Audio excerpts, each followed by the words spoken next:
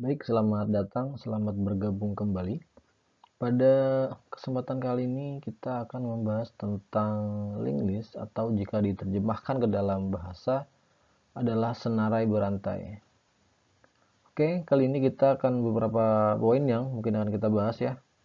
Di antaranya adalah kita berbicara mengenai apa itu linked list, kemudian keuntungan dan kelemahannya, dan juga apa sih perbedaan antara linked list dan juga array.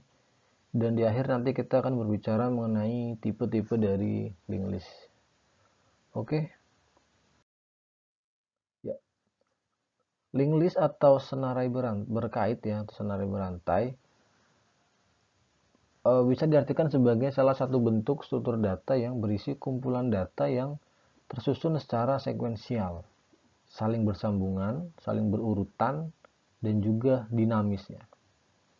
Nah, selain itu, linked list ini bisa dikatakan sebagai suatu node yang dikaitkan dengan node yang lain dalam suatu urutan tertentu. Nah, secara teori ini, linked list itu adalah sejumlah node yang dihubungkan secara linear dengan bantuan pointer. Ya, menyambung dari definisi yang tadi, linked list bisa diartikan sebagai urutan struktur data yang terhubung bersama melalui tautan. Nah, linked list adalah urutan link yang berisi item. Jadi setiap link nanti memiliki hubungan dengan link lainnya ya. Dan perlu diketahui bersama bahwa linked list ini merupakan struktur data yang paling sering digunakan setelah array. Jadi ini adalah beberapa istilah penting yang terkait dengan konsep linked list. Yang pertama ada link. Jadi setiap link menyimpan data yang dikenal dengan elemen. Kemudian setiap link memiliki tautan ke link berikutnya yang disebut dengan next. Nah, linked list ini berisi koneksi dari link ke link pertama yang disebut first element, first node.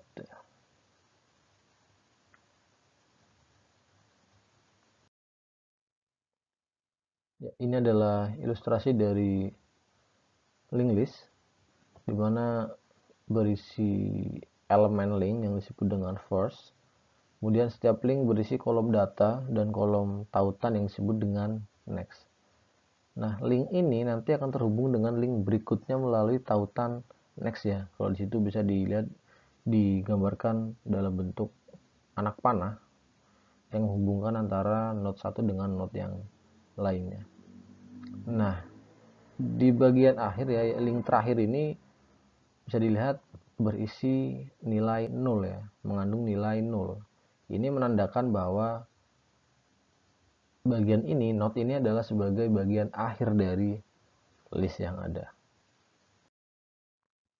Ya, kita analogikan linked list itu sebagai sebuah gelang manik-manik. Nah, di mana setiap manik-manik ini akan saling terhubung ya dengan manik-manik berikutnya melalui sebuah rantai. Dan kemudian urutan dari susunan ini dapat dirubah dengan mengganti rantainya, dengan menyesuaikan rantainya. Nah, di sini manik-manik bisa diartikan sebagai data. Kemudian rantai itu diartikan sebagai linknya. Nah, mengganti link ini akan berguna untuk penyortiran data. Oke. Nah, contoh yang lain, misalnya kita memiliki suatu baris data urutan masuk ke kelas berdasarkan susunan abjad. Mulai dari April, Chris, sampai dengan Tom. Namun kemudian ternyata ada data yang terlewat, yaitu Bob. Maka urutannya harus disesuaikan dengan menyisipkan Bob di tempat yang semestinya, yaitu di setelah April ya, berarti di indeks ke 1. Nah, kemudian linknya pun anak panah ini akan menyesuaikan, sehingga susunannya menjadi benar secara susunan urutan abjad. Nah, di sini bisa dilihat ya. Jadi bisa diartikan nama-nama ini adalah data, kemudian anak panah ini sebagai linknya, penghubungnya. Nah, yang menarik adalah pengolahan data yang kita lakukan menggunakan komputer seringkali mirip dengan ilustrasi dua ini ya. Yang antara lain berupa misalnya penyimpanan data, kemudian pengolahan lain dari sekelompok data yang terorganisir dalam sebuah urutan tertentu. Ini adalah beberapa keuntungan dan juga kelemahan dari penggunaan linked list. Nah, keuntungannya adalah salah satu yang disebutkan adalah linked list ini menggunakan alokasi memori yang sifatnya dinamis. Jadi linked list ini mengalokasikan memori hanya ketika dibutuhkan.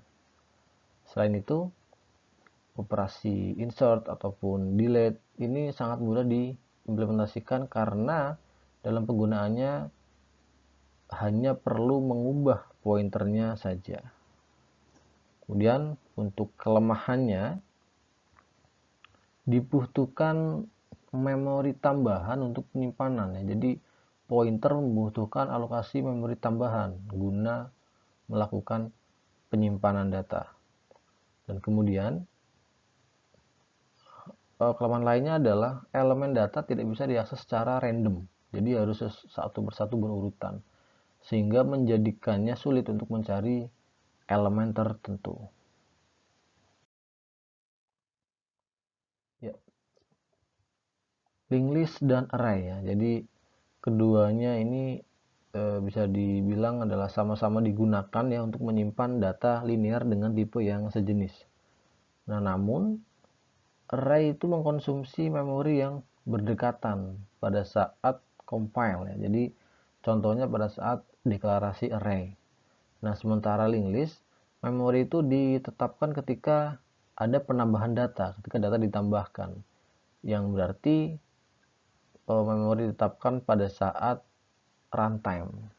Jadi terjadi pada saat runtime. Jadi beda, array adalah pada saat compile, sedangkan linked list adalah pada saat runtime-nya. Berikut adalah perbedaan yang mendasar dari kedua ini ya, kedua tipe ini, ada linked list dan juga array.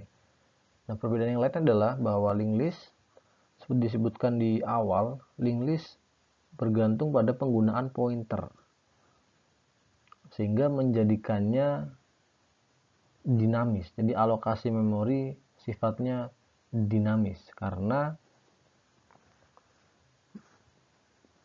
elemen dapat disimpan dimanapun di dalam memori.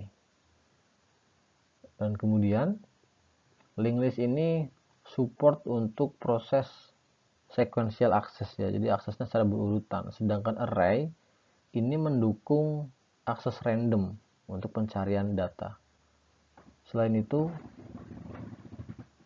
untuk akses elemen tertentu dalam linked list bisa ditekan sulit ya. Jadi kalau sedangkan array itu untuk mengakses, karena dia bisa random, jadi untuk mengakses elemen tertentu dia sangat cepat.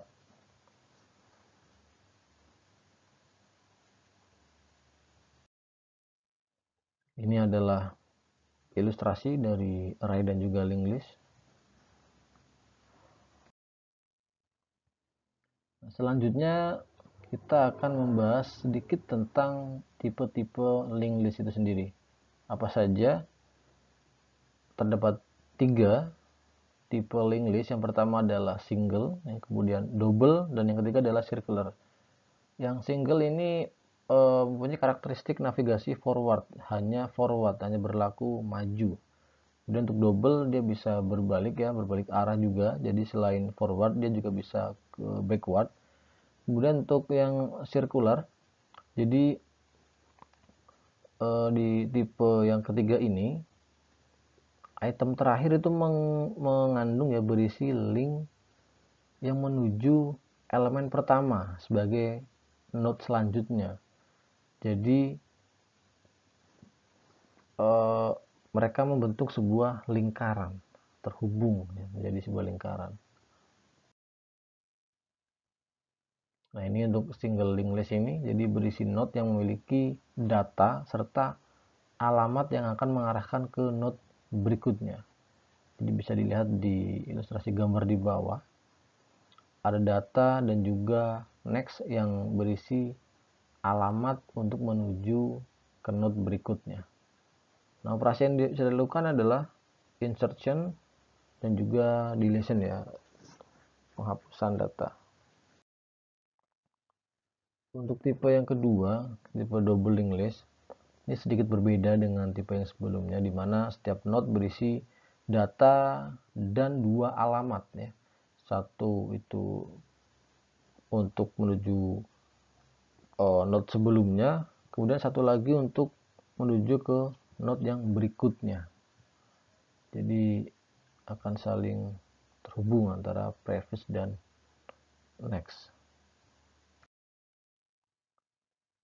Untuk tipe yang ketiga, seperti disampaikan di awal, jadi node terakhir berisi alamat node pertama, simbol pertama, sehingga membentuk rantai yang melingkar. Jadi ini bisa dilihat di ilustrasi gambar yang ditunjukkan. Dalam beberapa operasi dasar pada linked list, ada insertion, penghapusan, pencarian, sampai dengan menampilkan daftar secara lengkap. Namun kita tidak akan membahas semuanya. Jadi sebelum membahas lebih lanjut, sedikit pengantar untuk operasi penambahan itu bisa dilakukan dengan dua cara, yaitu insertion at the beginning, jadi penambahan pada bagian awal, dan juga penambahan pada bagian akhir. Nah, sebelum kita belajar bagaimana menambahkan data dan membuat linked list, mari kita pahami terlebih dahulu komponen utama yang membentuk linked list, yaitu simpul atau node. Apa itu simpul? Apa itu node ya? Nah, simpul ini dalam linked list memegang nilai data dan pointer yang menunjuk ke lokasi node berikutnya. Nah, pada gambar berikut ini kita mempunyai sebuah linked list ya, berisi 4 simpul, di mana setiap simpul memiliki data A, B, C, dan D, dan sebuah pointer yang menyimpan informasi alamat simpul berikutnya. Untuk garis titik-titik berwarna merah itu adalah node, kemudian di dalam node itu ada bagian data dan juga pointer. Nah, sampai di sini harusnya kita udah mulai penasaran nih, mengapa kita membutuhkan sebuah simpul untuk menyimpan lokasi node berikutnya. Nah, jawabannya adalah karena lokasi memori yang dialokasikan untuk node ini tidak bersebelahan ya, tidak berurutan, maka setiap node harus tahu di mana letak node berikutnya disimpan.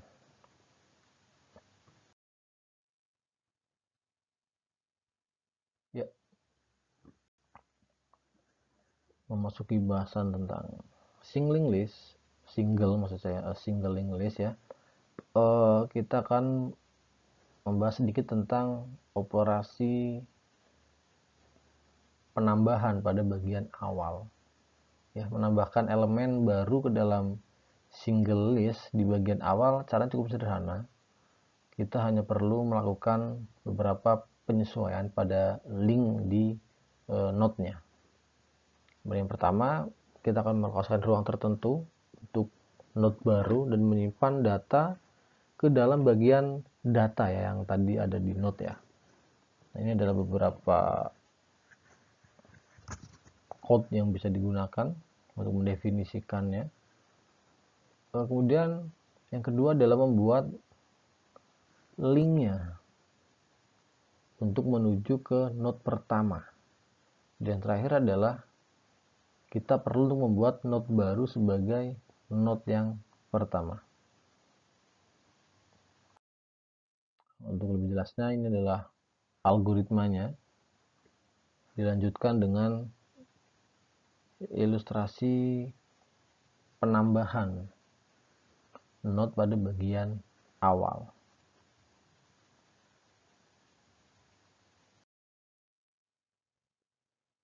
Kemudian penambahan di bagian akhir, terdapat dua skenario untuk penambahan di bagian akhir. Yang pertama adalah simple note ditambahkan ke dalam sebuah list kosong atau empty list, dan yang kedua adalah note akan ditambahkan di bagian akhir dari sebuah linked list yang memang sudah ada. Nah, untuk kondisi yang pertama, jika kondisi head adalah kosong, maka kita hanya perlu mengalokasikan ruang untuk note itu. Dan kemudian untuk kondisi kedua, jika listnya ternyata sudah ada, maka kita harus mencari simpul yang terakhir dan membuat link next mengarah ke node yang baru. Dan kemudian jangan lupa buatlah node baru itu sebagai node yang terakhir.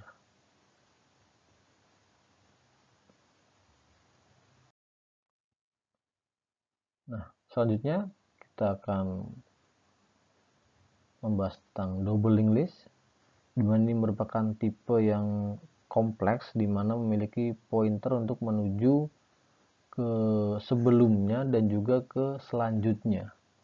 Jadi secara umum double linked list ini mengkonsumsi ruang yang lebih untuk setiap node-nya. Dan di samping kanan adalah representasi penggunaan memori pada double linked list ya.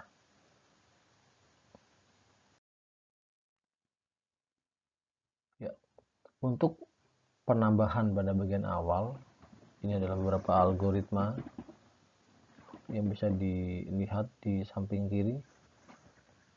Jika listnya kosong atau headnya adalah 0, maka node akan ditambahkan di list, tetapi pointer previous dan nextnya nilainya akan kosong atau 0.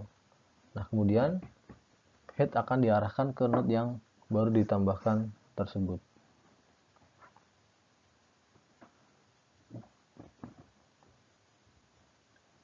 Ini adalah ilustrasi untuk penambahan pada awal.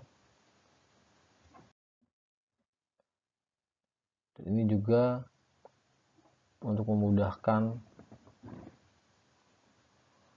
pada saat melakukan penambahan pada bagian awal khusus untuk double linked list. Jadi ada node baru disisipkan di awal. Ya, bisa dilihat. Kemudian juga ini untuk penyisipan node di antara dua simpul ya. Berikutnya ini adalah penambahan node untuk di area terakhir. Jadi ada beberapa ilustrasi yang bisa digambarkan.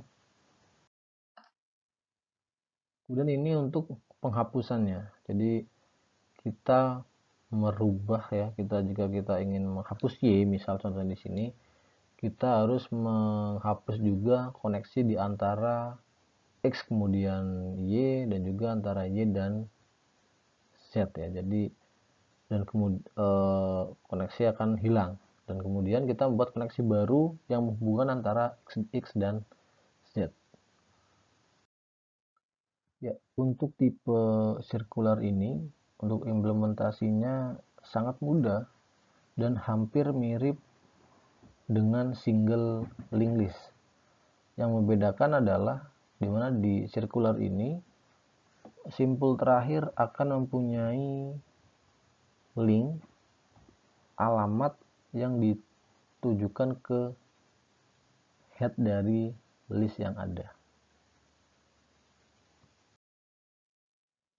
Ini adalah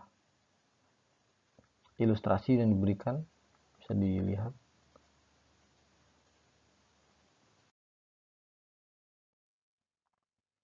Ya, sampai di sini semoga bisa dimengerti dan selamat belajar. Semoga semua senantiasa diberi kemudahan dan sampai bertemu di video-video berikutnya. Salam.